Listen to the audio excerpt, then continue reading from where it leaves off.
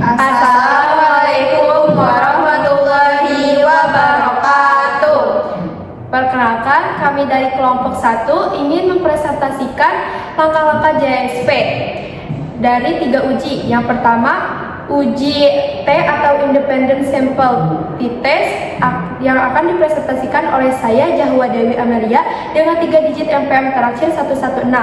Yang kedua, ada uji non-parametrik atau uji Mann-Whitney yang akan dijelaskan oleh saya sendiri, yaitu Sarah Claudia Gustaf, dengan 3 digit MPM terakhir 104. Yang ketiga yaitu uji korelasi yang akan disampaikan oleh saya, yaitu Windy Aulia, dengan 3 digit NPM terakhir 048. Perkenalkan, nama saya Jahwa Dewi Amelia dengan 3 digit MPM terakhir 116. Di sini saya akan menjelaskan langkah-langkah JSP uji perbandingan rata 2 kelompok data parametrik atau Independent Sample T-Test. Di sini sudah ada kasusnya, yaitu seorang peneliti ingin mengetahui apakah terdapat perbedaan hasil belajar matematika antara siswa yang menggunakan metode pembelajaran digital dan metode pembelajaran konvensional. Di sini sudah terlihat datanya, ya, metode digital dan metode konvensional. Metode digital dan metode konvensional ini termasuk ke kelompok, sedangkan variabelnya itu hasil belajar matematika. Selanjutnya kita masuk ke JSP-nya.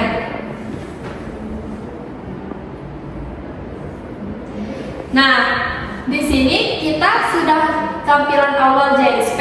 Kemudian untuk memasukkan datanya, kita klik yang 3 di atas dekat new data.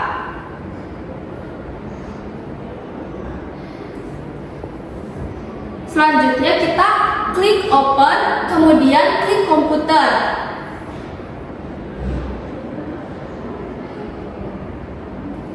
Nah, sudah klik komputer, kita untuk mencari datanya, kita cari browser.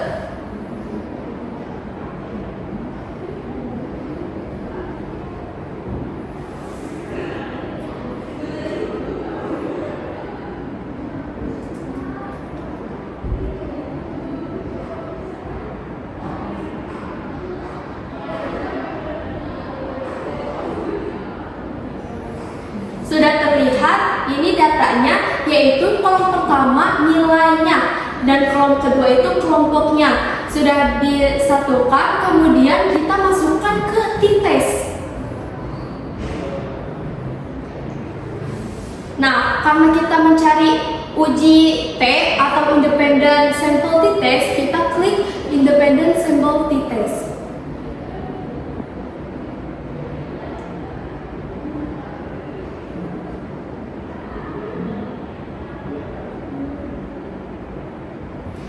Nah, tadi kan sudah dimasukkan, ya, nilai itu masukkan ke dependent variable dan kelompoknya itu masukkan ke grouping variable. Untuk mencari uji T, kita harus mencari dulu syarat-syaratnya, yaitu uji normalitas dan uji homogenitas varians. Di mana kita mencarinya? Kita klik assumption check, yaitu normality, untuk mengecek uji normalitas.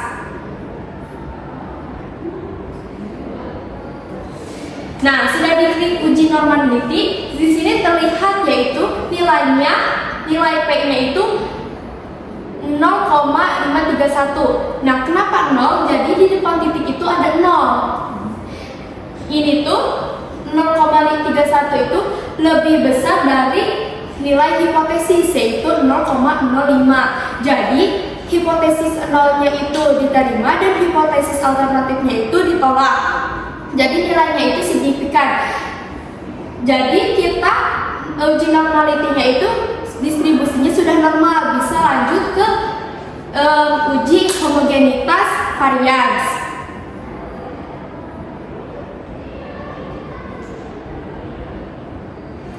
Nah, untuk uji homogenitas varians, kita klik equality of variance menggunakan Brown Forsythe.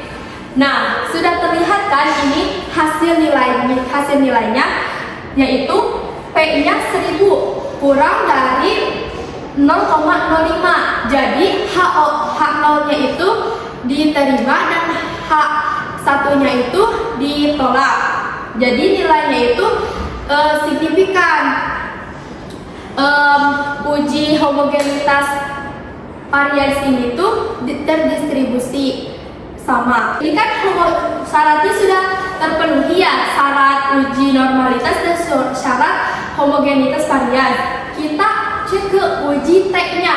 Uji T-nya itu nilainya 0,001, jadi kurang dari 0,05. Jadi H0-nya itu ditolak dan H1-nya itu diterima. Jadi uji T itu nilainya itu signifikan. Kita lihat lebih lanjut di deskriptif.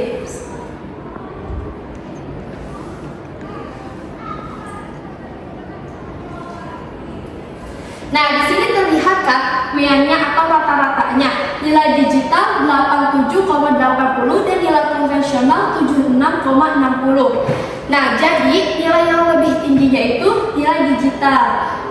Jadi uji T itu ada pengaruh rata-ratanya. Sekian penjelasan dari saya. Kurang lebihnya mohon maaf. Selanjutnya akan dilanjutkan oleh saya. Saya Sarah Claudia Gustaf dengan 3 digit NPM terakhir 104. Di sini saya akan menjelaskan kasus kedua, yaitu uji non parametrik atau Mann Whitney. Pada kasus ini, peneliti ingin mengetahui perbedaan tingkat motivasi belajar antara dua kelompok siswa yang mengikuti pelatihan berbeda. Di sini terdapat kelompok A dan kelompok B dengan variabelnya itu perbedaan tingkat motivasi belajar. Mengapa pada kasus ini menggunakan penelitian non parametrik atau uji non parametrik? Itu dikarenakan sampel dari dua kelompok tersebut relatif kecil, maka digunakanlah uji non parametrik. Untuk pengerjaannya itu pertama-tama buka JSP terlebih dahulu. Nah, setelah ini adalah tampilan awal dari JSP, lalu klik garis 3 yang ada di sebelum new data,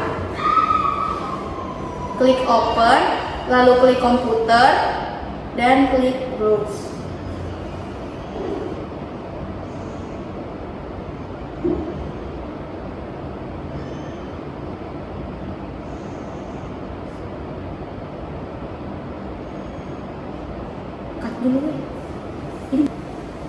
Nah, setelah itu buka kasus yang ingin dikerjakan.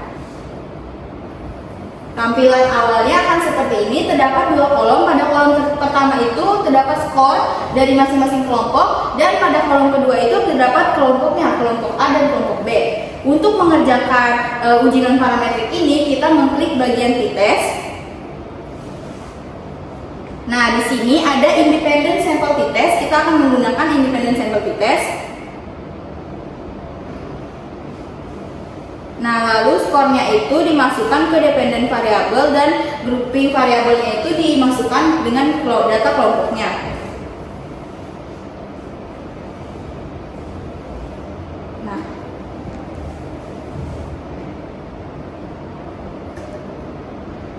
Nah, tampilan hasilnya itu atau outputnya itu akan seperti ini.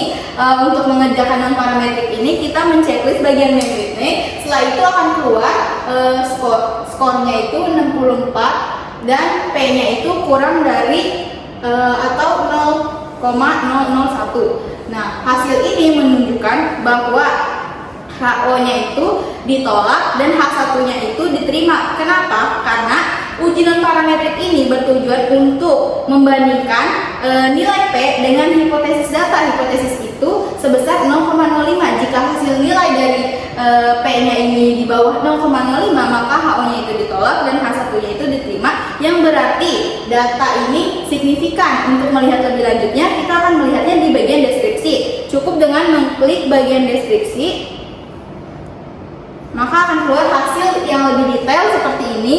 Di sini terlihat bahwa skor dari grup A itu jauh lebih besar daripada skor dari grup B, yaitu 79,38, dan skor dari grup B itu 67,50, yang berarti datanya ini memiliki perbedaan yang lumayan dan datanya adalah signifikan. Sekian dari saya, terima kasih. Perkenalkan, nama saya Windy Aulia dengan 3 digit NPM terakhir 048. Di sini saya akan menganalisis kasus uji korelasi sederhana dengan kasus peneliti ingin mengetahui hubungan antara lama belajar dengan nilai statistika mahasiswa. Di sini ada datanya, lama belajar dan nilai statistika. Langsung saja langkah-langkah pengerjaannya kita ke JASP.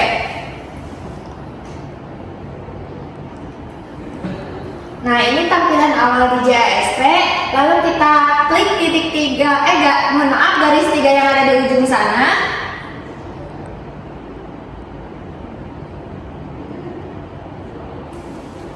Nah, tadi sudah klik garis 3, kita klik open dan kita sekarang pilih yang komputer.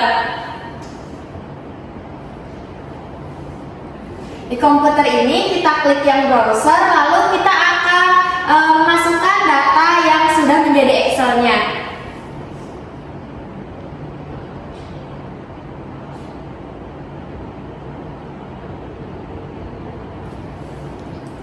Nah, di sini tampilan ketika sudah memasukin datanya. Nah, di sini ada 2 kolom, lama belajar dan nilai.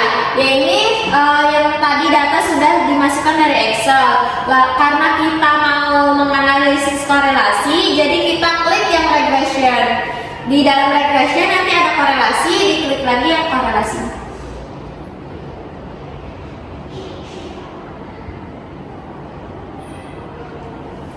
Nah, tampilannya kan seperti ini. Lalu yang lama belajar dan nilainya dimasukkan ke variabel semua karena dua-duanya itu pada kasus ini termasuk variabel.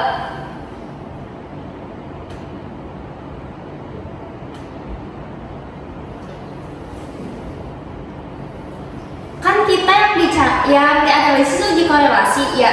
Jadi tampilannya seperti ini dan yang dikliknya itu di sini udah ada tension. Lalu yang dicetak selanjutnya yaitu like significant correlation.